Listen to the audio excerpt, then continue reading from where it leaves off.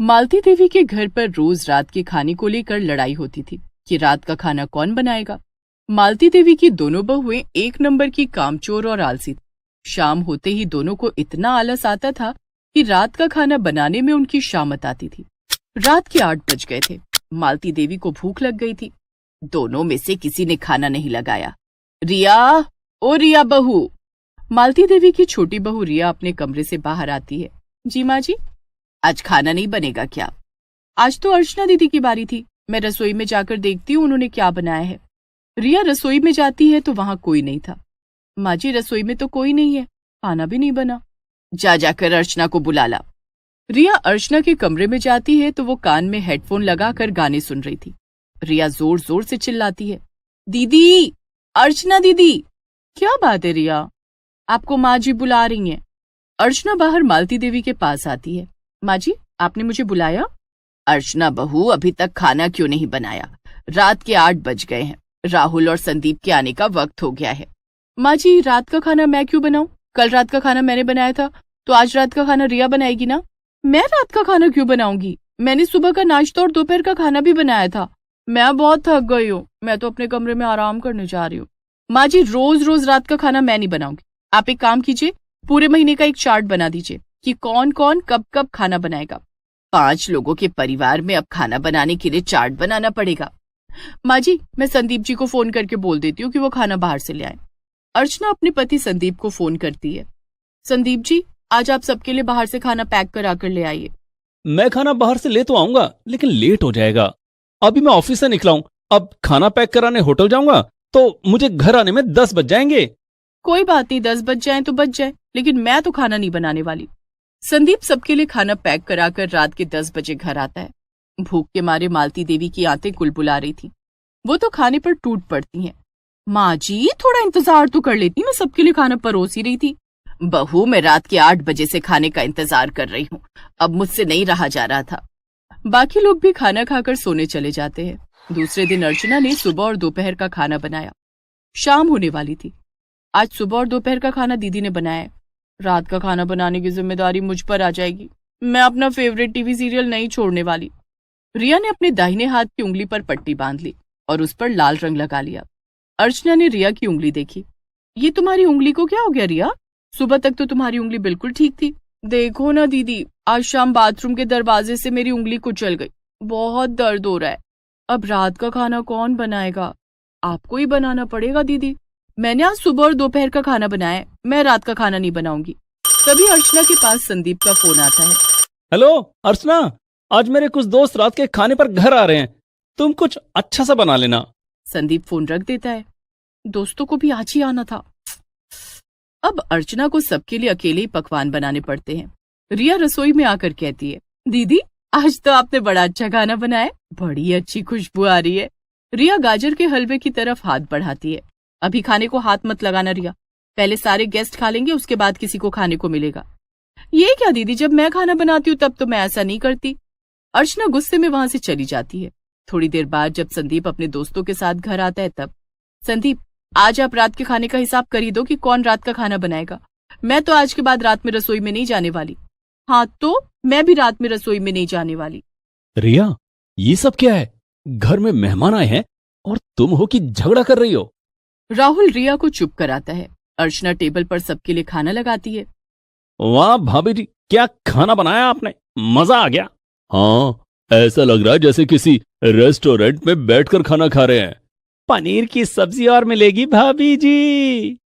हाँ, लीजिए ना भाई साहब। अर्चना सबको खाना खिलाती है। सारे मेहमान खाना खाकर चले जाते हैं।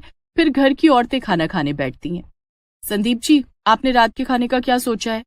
बेटा, रात का खाना बनाने के लिए काम वाली रख ले। मैं रोज रोज की किचकिच से तंग आ गई हूँ, कम से कम वक्त पर 2 रोटी तो मिलेगी। ठीक है माँ।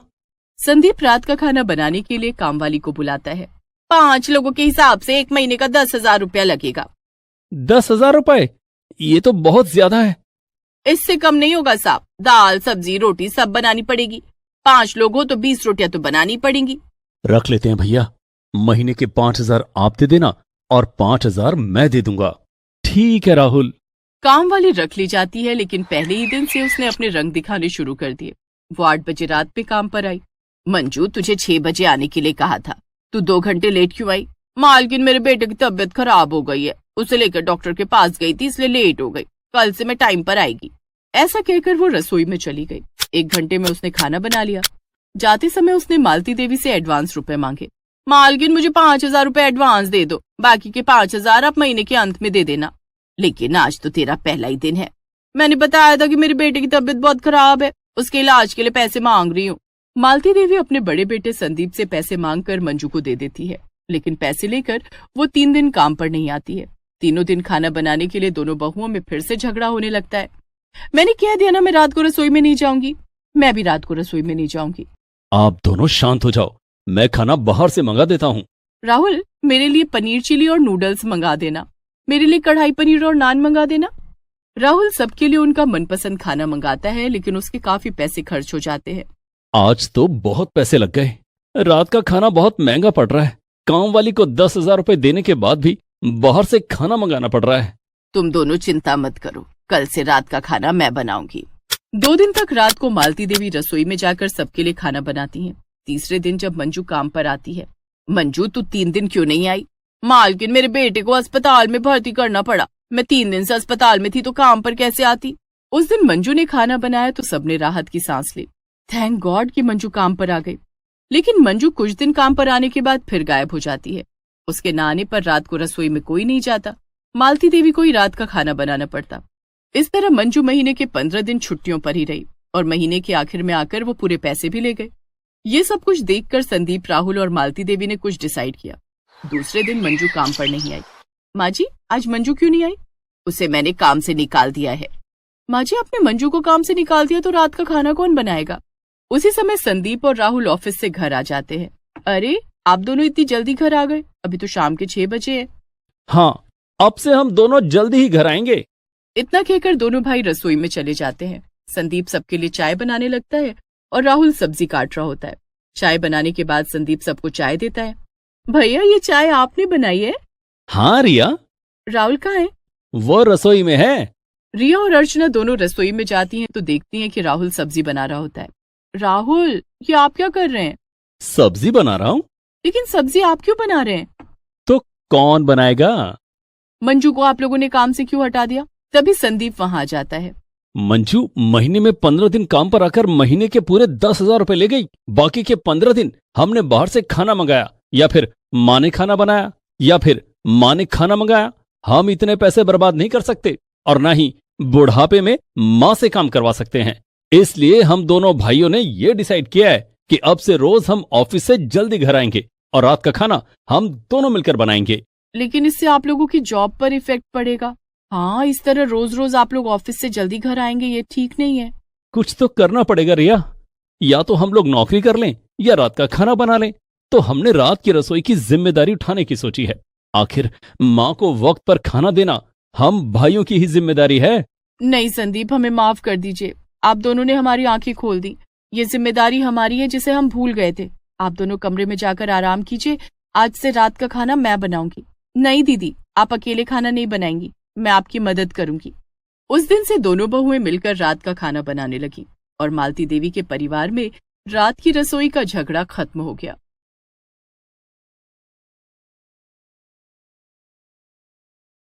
माला की शादी की उम्र हो गई थी और उसके घर वालों ने उसके लिए रिश्ता ढूंढना शुरू कर दिया था।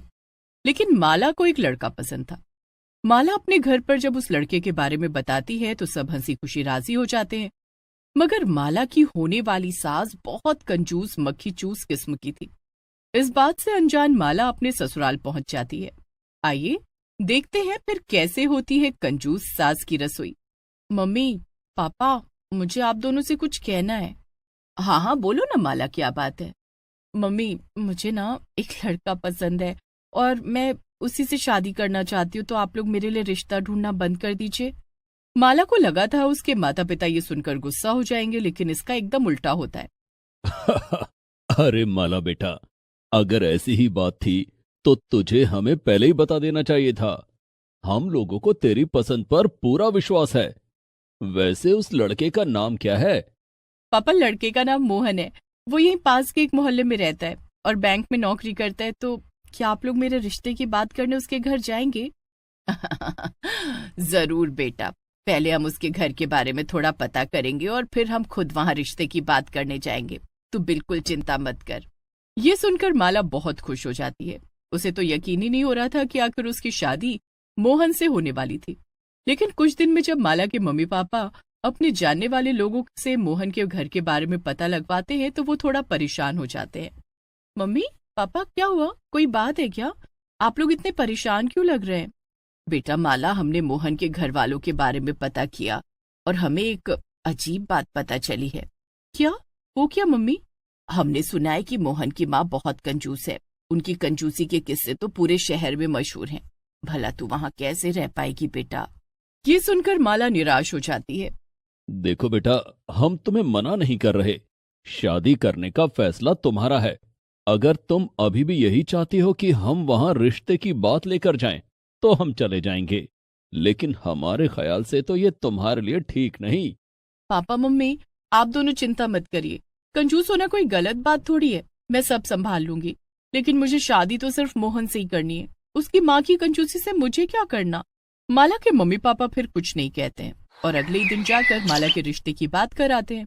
कुछ ही दिनों में माला और मोहन की शादी भी हो जाती है और माला अपने ससुराल चली जाती है।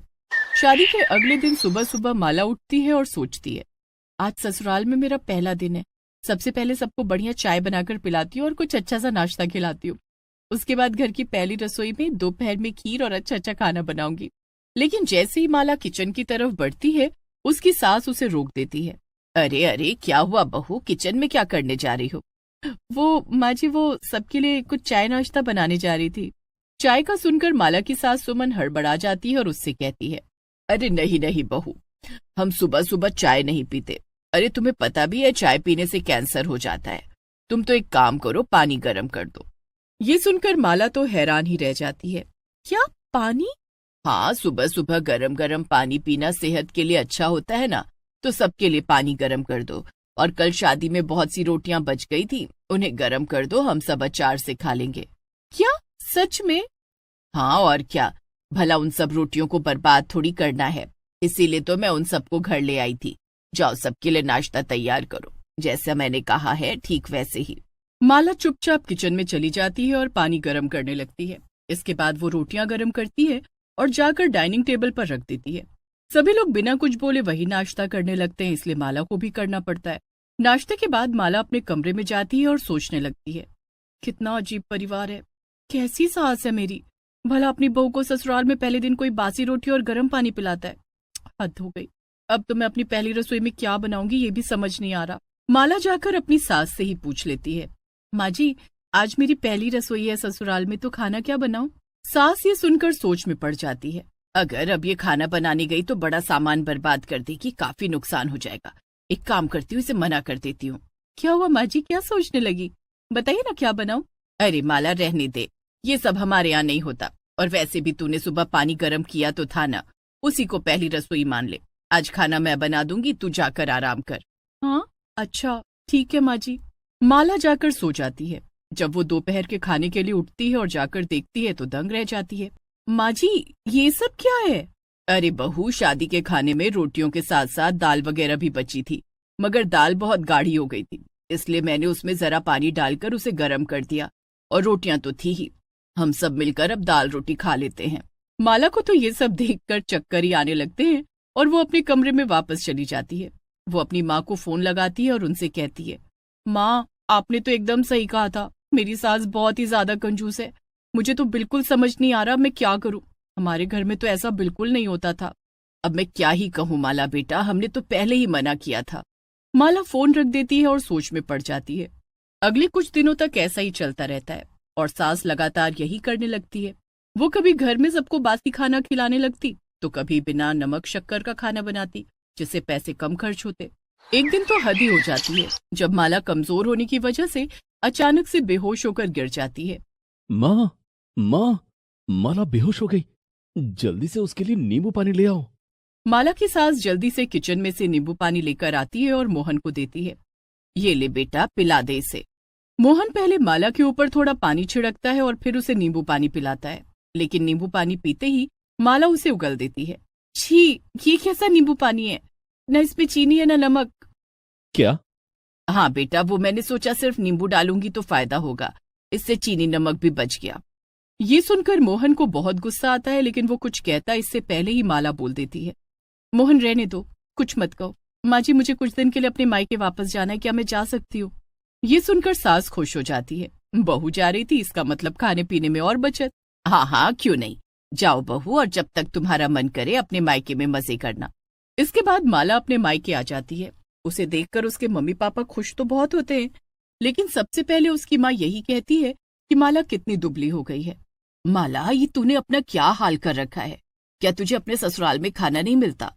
हाँ बेटा, तू कितनी दुबली हो गई है। अब मैं क्या बताऊं मम्मी पापा, मेरी सास इतनी कंजूस है कि मुझे तो समझ ही नहीं आता मैं क्या करूं। अरे बेटा चल, पहले मैं तुझे खाना खिलाती हूँ। हाँ बेटा, और मैं बाजार से तेरी मनपसंद मिठाई लेकर आता हूँ। माला के मम्मी पापा उसकी खूब सेवा करते हैं और उसे खिलाते पिलाते हैं। शाम को माला अपने ससुराल जाने के लिए फिर से तैयार हो जाती है। अरे माला, इतनी भी जल्दी क्या है जाने की, थोड़ा रुक जाओ।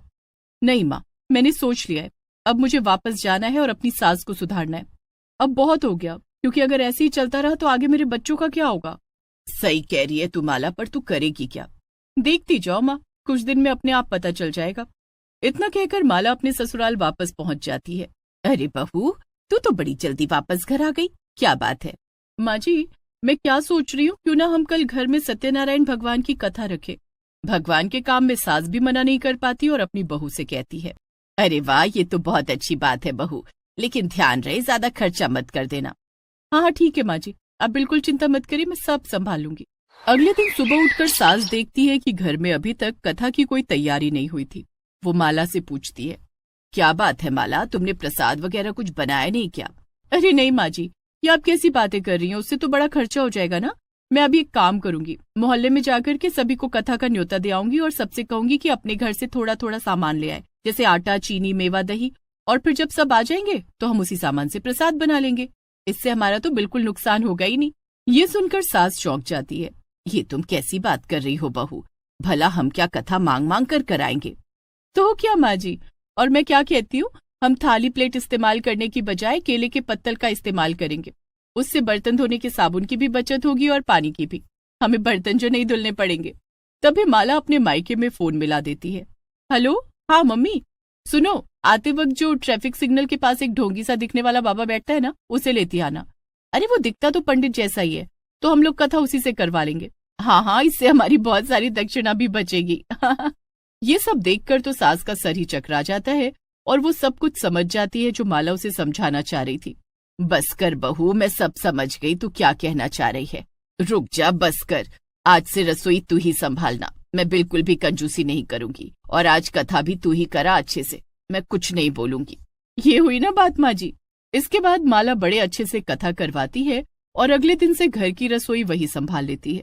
अब माला के ससुराल में भी रोज अच्छा अच्छा खाना बनता था और सब खुशी से रहते थे। धीरे धीरे माला की कंजूस सास को भी अकल आने लगी कि पहले वो कितना गलत